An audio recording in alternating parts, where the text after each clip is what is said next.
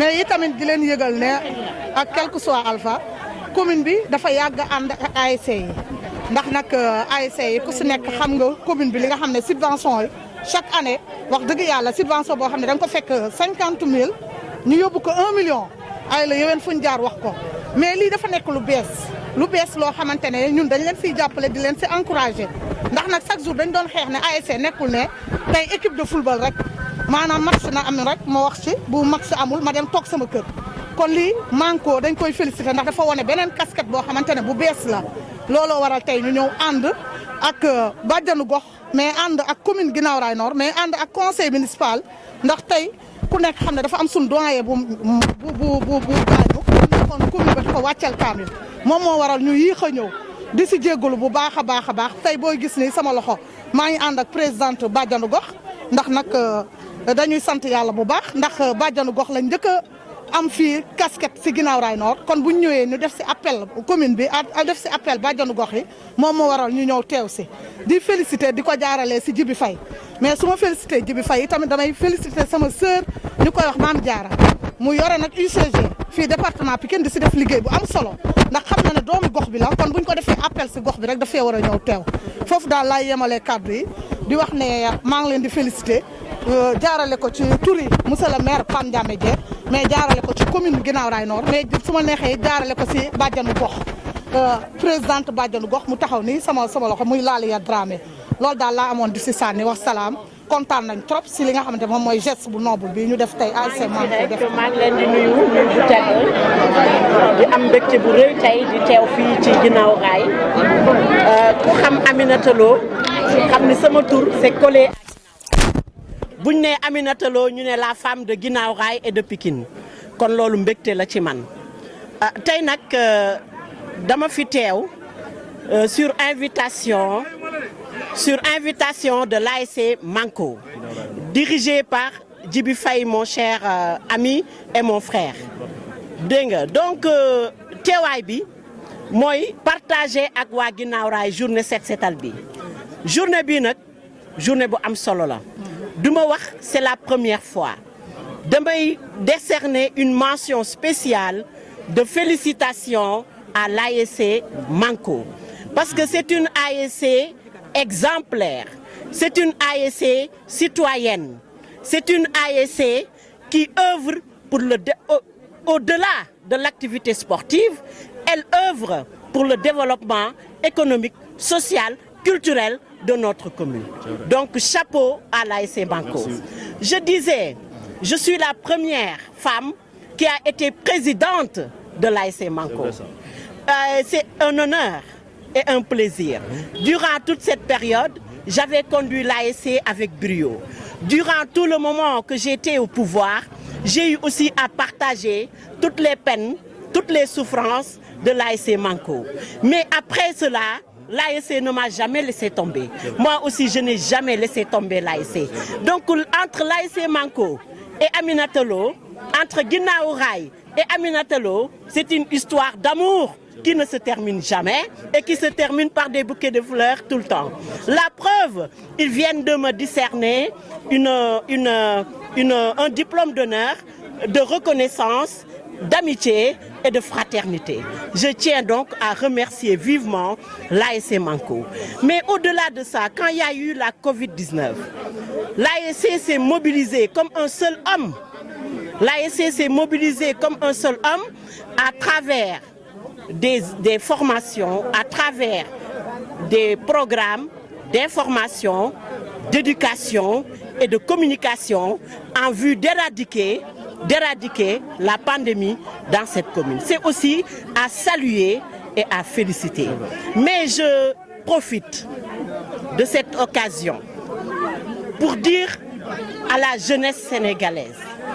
qui est une jeunesse qui est en train de se chercher.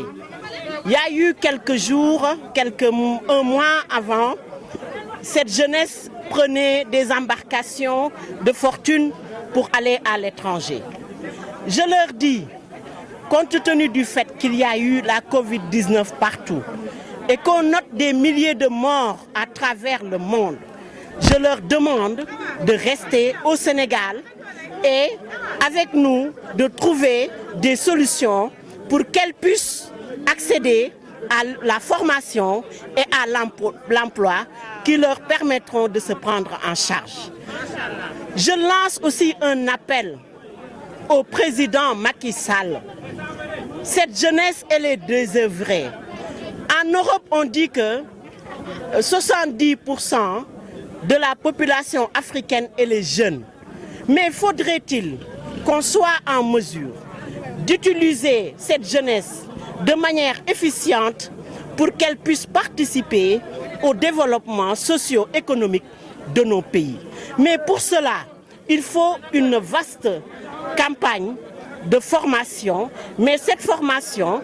elle doit être en adéquation avec le type d'économie qu'on aura choisi et qu'une fois sur le marché de l'emploi, les jeunes ne vont pas chômer. Donc c'est un vibrant appel au président de la République pour que des assises nationales soient faites, des assises nationales soient tenues, des assises nationales de la jeunesse pour l'éducation, la formation et l'emploi. Parce que nécessairement, le développement passera par l'éducation, la formation et l'emploi. Mention spéciale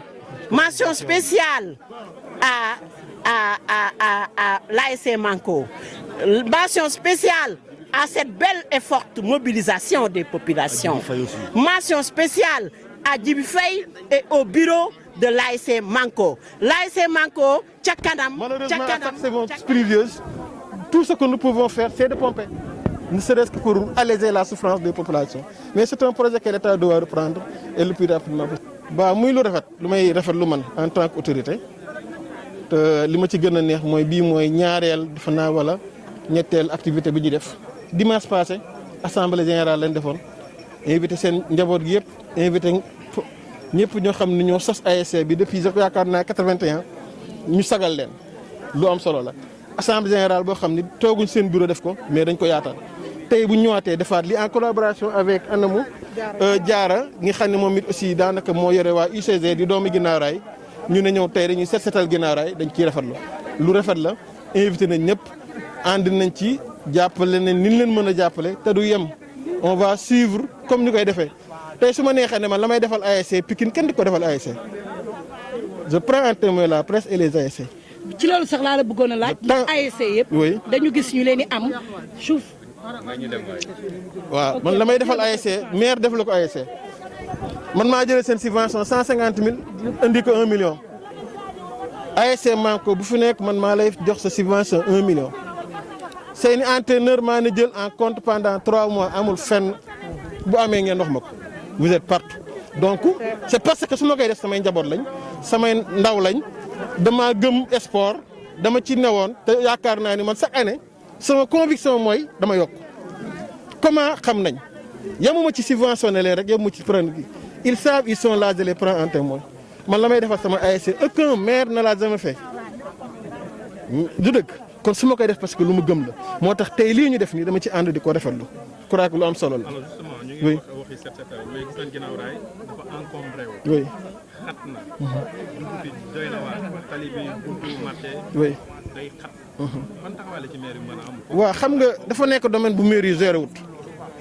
mairie 9 domaines de compétence la am tey yii ay pont yenn yi ça dépend dafa nekk domaine u état l' état ici koo koy représenté c' est le préfet liñ ci mën mooy wax ci njëlbéen nga luñ ci mën mooy buñ ci nekkee ñu wax suñ paree ñu wax ci état bi yëpp lañ ca war a wax ña ngi koy wax pour que ñu xam ni ñun ay doomi Guinaw Rail lañ fatt nañu ci terrain bi terre bi fatt nañu ci autoroute péage bi fatt nañu aussi ci pont bi pont bi c'est 700 mètres linéaires daa métti 700 boo ko jëlee commencé ko ba bi ngay wàcc c'est 700 mètres linéaires daa métti xale yi di fa jaar mag ñi di fa jaar jigéen ñi di fa jaar c'est difficile donc APIX le DG Mountaga wax naa ci ak moom waxaat ci mbir nag doo ko régler tey rek mu sotti tey mais il faut que ñun ay hommes d'état lañ ay autorités lañ la ñu war mooy di waxtaan ak ñoom ba li nga xam ne ñun am nañ ko tey lay doon suba wala gannaaw suba vraiment mu nekk mais xam na ni vraiment ça suuf te li gën a métti mooy buy taw suy taw lay gën a métti donc vraiment ñu ngi profité parce que bientôt saison pluvieuse baa ngi ñëw ñu ngi profité ci situation bi ngeen ñu jox pour wax état que nañ gën a gëstu Guinaw Rails Nord ndax dafa métti. justement mbedd bi ñu nekk nii amoon na projet pour ñu passer ko fii dafa waroon am pavage. boobu ba tey kenn xamul fu mbir dafa bokkoon ci PIS 1 PIS 1 le projet PIS 1 mi ngi arrêté novembre 2017 la arrêté projet novembre 2017 bi mu arrêté xaalis ba dafa jeex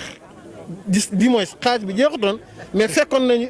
entrepreneur yi yoroon travaux yi muy Guinaw Rails Nord Diamaguène Sicap Mbao Tivaouane Diacksao Guinaw Rails Sud yaa ngi may dégg Thiaroye Gare seen projet bi at bi dafa jeexoon le représentant de la Banque mondiale maa fi représenté woon les maires mu ne dinañ arrêté projet bi à partir de novembre 2017 ñu daal di ko arrêté biñ ko arrêté lii ci la bokkoon ma bind lettre parce que PIS 1 la woon day am PIS 2 ma bindaal lettre pour que projet bii nga xam ne dafa war a nekk une route bitumée canalisée électrifiée ñu jël ko en compte ci PIS 2 bi si camp bi ma bindee lettre pour ñu jël ko en compte ci PIS 2 bi amoon naa avis favorable les gens ñi ngi démarrer à partir de Guinaw Rails Sud dañuy yaakaar ne dina yegsi ba fii te bu fi yegsee suñu njariñ la moom moo ñu mën a permettre ñu mën a xeex encore ci mbënn bi parce que day am canalisation waaye aussi day gën a embellir yoon bi je crois que loolu projet bu am solo la boo xam ni am nañu yaakaar ni dootu yàgg mu yegsi. dafa projet boobu Azurut moo ko géré yàgg na boo leen fàttali ko sax demoon nañ ba dindi ci yooyu demoon nañ ba di ko gas à un moment donné ñu arrêté yëfu état la. Interpellé naa préfet parce que c'est lui qui représente au niveau de Pikine l'État pour que tronçon bi vraiment ñu régler ko nu mu gën a gaawee ñun ay administratif lañ bind moo ñu war aviser moo ñu war leneen waruñu li nga xam ne nag war nañu def nañ ko et ñi ngi xaar état mu agir nu mu gën a gaawee c'est moi qui vous remercie. noo gisee tey set setal bii nii ñu organiser ci Guinaw Rails waa AS Manko organiser ko. am solo di jaajëfal président bi nga xamante ne mooy le président Djibi Faye di sant waa ASC Manko yëpp di wax ne dama ne na population bi génn ñu bale lii nekkul ay du voyeurisme lii liggéey la ñun suñu koñ dañ koo waroon a setal comme setaluñ ko ba heure bi ay doomam génn di ko setal nañu ñëw bale ñëpp a ko mën ñun bale rek lañ soxlawuñu leneen nañ ñëw bale loolu la kontaan nañ bu baax di sant ASC Manko parce que li ñu waroon def ñun kilifa yi defuñu ko ba ASC Manko jël initiative bi ñoo ngi sant ASC Manko ak son président Djibi Faye. waaw d'accord merci beaucoup ñu ngi lay jaajëfal. jërë ngeen jëf.